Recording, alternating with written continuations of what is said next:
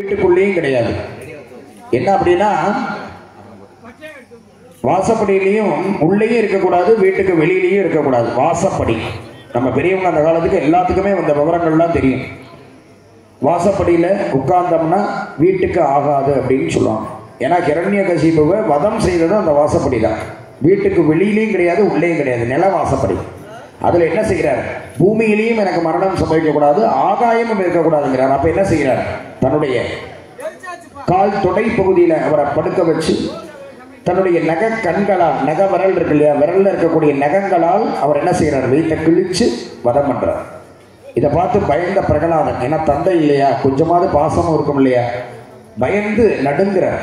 அப்போ தனிக்க வந்த தாயார் தான் லக்ஷ்மி மடியில் வந்து உட்கார்ந்து சாந்தப்படுத்துறார். யாரு? நரசிம்மமூர்த்தி.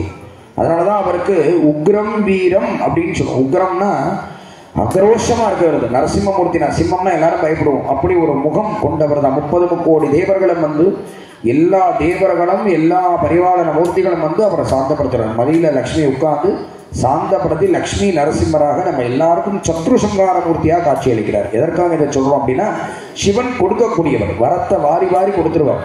அதை யாரு அழிக்கக்கூடியவர்? யாருன்னா காக்கக்கூடிய பெருமாள். ஏன்னா நம்மளெல்லாம் காப்பாற்றணுமே.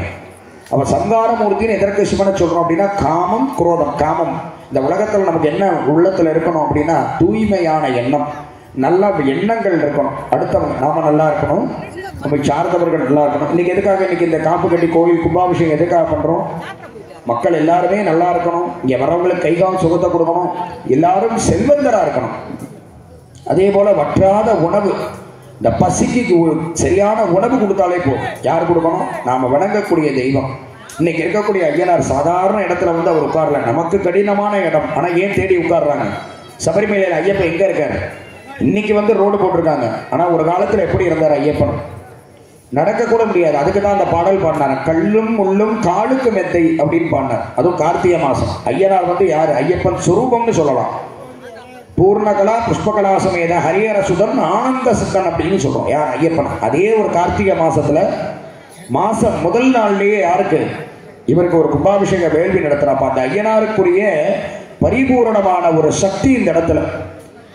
அப்ப ஐயனாருக்கு விஸ்வரூபமாக பிரத்யட்சமாக மலையேறி எவ்வளவு சிரமப்பட்டு நம்ம அவரை வழிபாடு பண்ண வரோம் அப்படின்னா, 7 மலையை தாண்டி போனா தான் 7 மலையான தரிசனம் பண்ண முடியும். எதிலையுமே கஷ்டம்னு நாம நினைக்கிறத விட சுகமாக, கல்லும் முள்ளும் காலுக்கு மெத்தை அப்படின்னு சொல்றோம். இப்படி ஒரு பாக்கியம் எங்களுக்கு